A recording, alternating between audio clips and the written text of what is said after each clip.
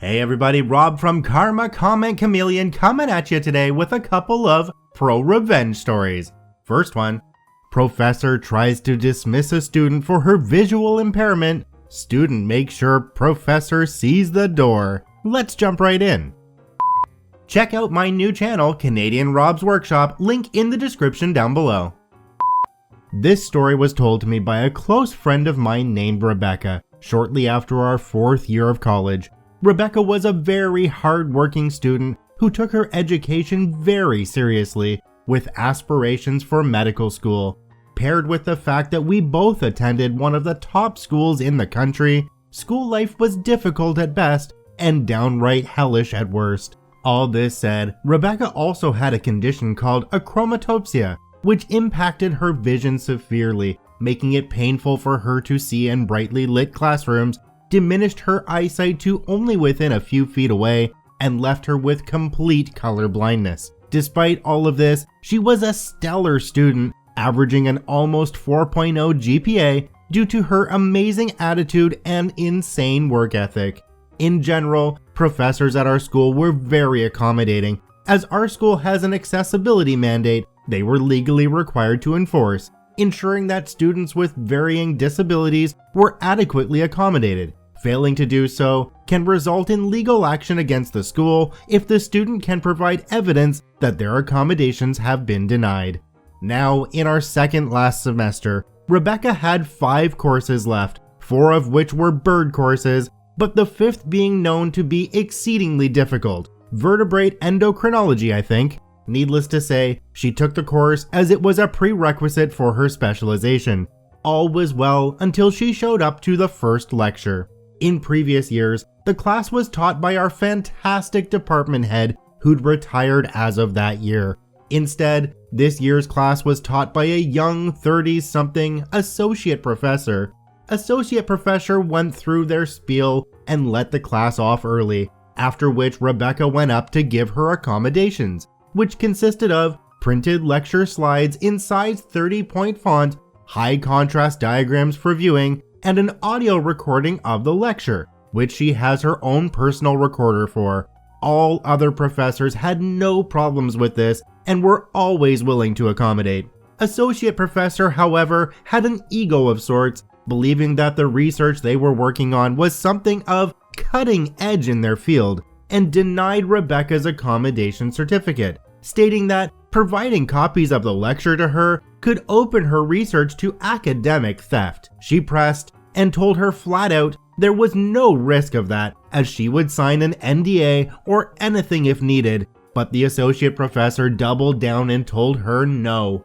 Rebecca thought maybe the associate professor was unaware of how this worked, so she left and came back during office hours with a copy of the accessibility guidelines and her accessibility certificate to show them that she was legally entitled to her requests. Now, important to note, Rebecca is very smart and has dealt with crap like this before in both her personal life and work life. So, right before she arrived, she hit the little record button on her device she uses for note-taking to ensure if there was further disagreement, she had more evidence than he said she said. Her intuition was spot on, as the professor lost her crap and told her that, unlike you, I can and have read the guidelines, and went on to tell her if in 4th year, if she couldn't keep up with the material without requiring special exceptions, she didn't belong in her class or at this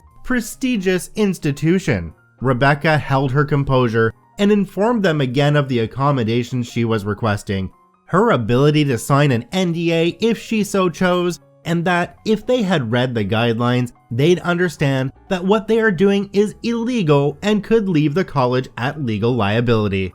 The associate professor sputtered, "If you threaten me again, I'll have you expelled from this school." So Rebecca apologized and left straight to the accessibility office to lodge a complaint. She sat down with her counselor and recounted what had transpired over her 2 meetings with the associate professor, and played the recording for her advisor. She also mentioned that the events had caused her severe duress, and she was considering legal action against the school if immediate action was not implemented to remove the barriers to her equitable education.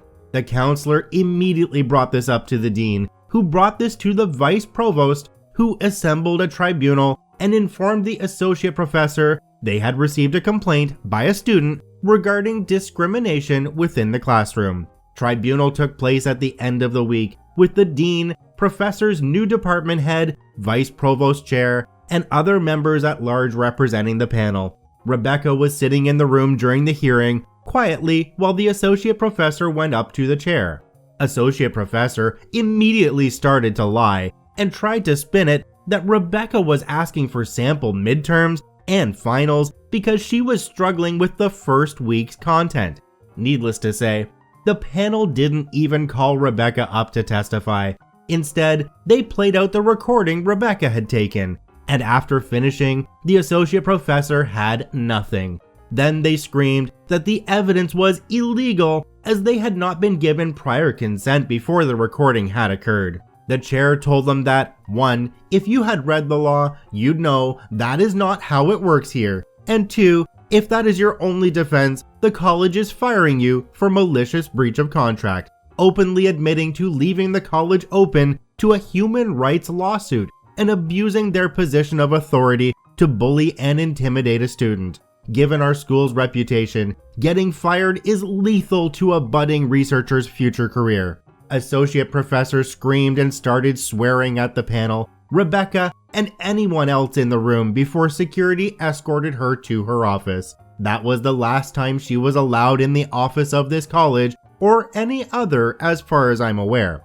As for Rebecca, well, since the class had just lost their professor, they'd gotten one of the more senior professors to take on the class for the rest of the semester, and Rebecca did swimmingly.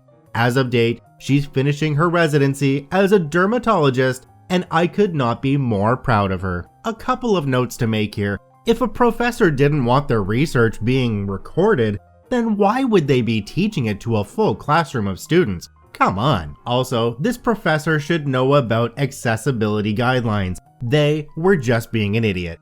On to our second story. Stealing my notes? Guess who won't graduate high school? So this happened in 2018 when I graduated high school. A quick overview of the Swiss school system. Normally you go to school until 9th grade. If you want to go to university later, you change to grammar, high school, from 8th to 12th grade. I decided to study and went to high school. Also, in Switzerland, my state, Canton at least, everything under 75% is a fail. We have a really strict thing going on there. There, I quickly became friends with Chelsea, my now girlfriend, and Alicia.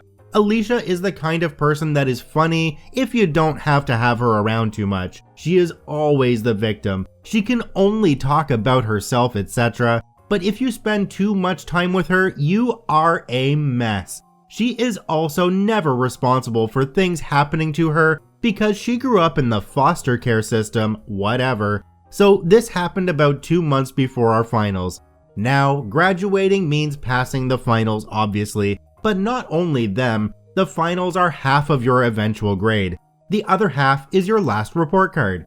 If I had an A in my final English exam, but a C in my last report card, my eventual grade would be a B, and so on.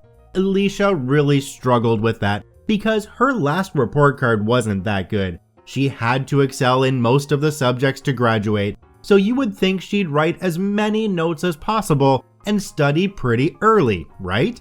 Nope. She procrastinated until 2 months before our finals, while I and Chelsea studied our butts off. Now, I always was the girl who offered her notes in our class group chat in case someone was interested. This gets important later. We had a fairly long list of things we had to be able to use in maths, and I wrote notes for every single topic and kept it in a folder in my locker. Only put some of them on the group chat just when someone was asking about a certain topic. One day, I went to my locker and they weren't there. I was freaking out. I spent weeks on writing them.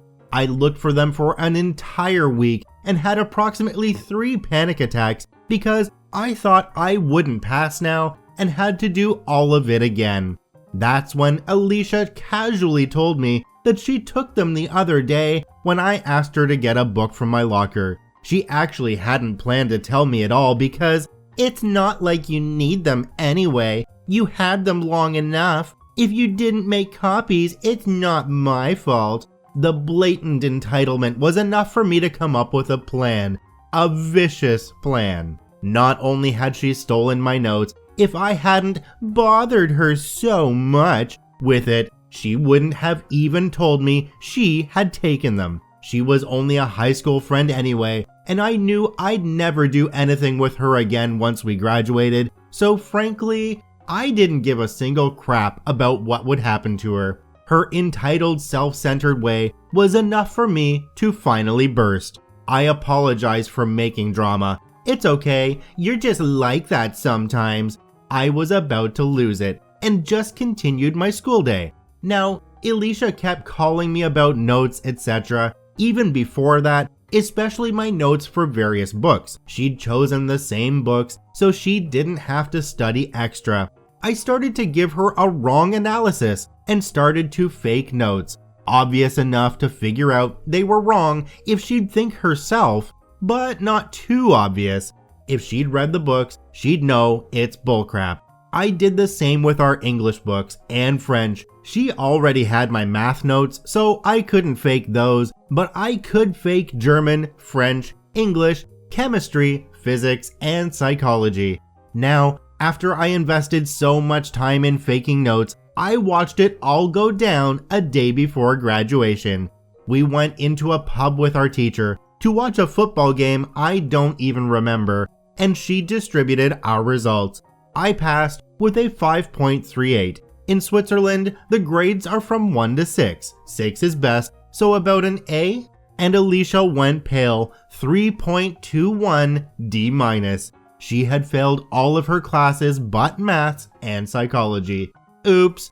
It seems she really just read my notes. She didn't read the books she was supposed to read. She didn't read our textbooks. I had to hide a grin. My girlfriend thinks to this day it was cruel, but seriously, it was a damper for her entitlement and narcissism. From what I've heard, she is currently trying to repeat the year and try again, hopefully without stealing her friend's notes. Anyone who steals from you is not the kind of friend you need to have in your life. Work them out of your life if you can, and if you can get a ProRevenge on them, like happened in this case, then go for it, because it makes for a great story, and I'd love to tell it. I want to thank both of the OPs for posting their stories to the ProRevenge subreddit. You can visit them at the links in the description below. Please go there and give them an upvote. Once again, this is Rob from Karma Comment Chameleon saying thanks for watching.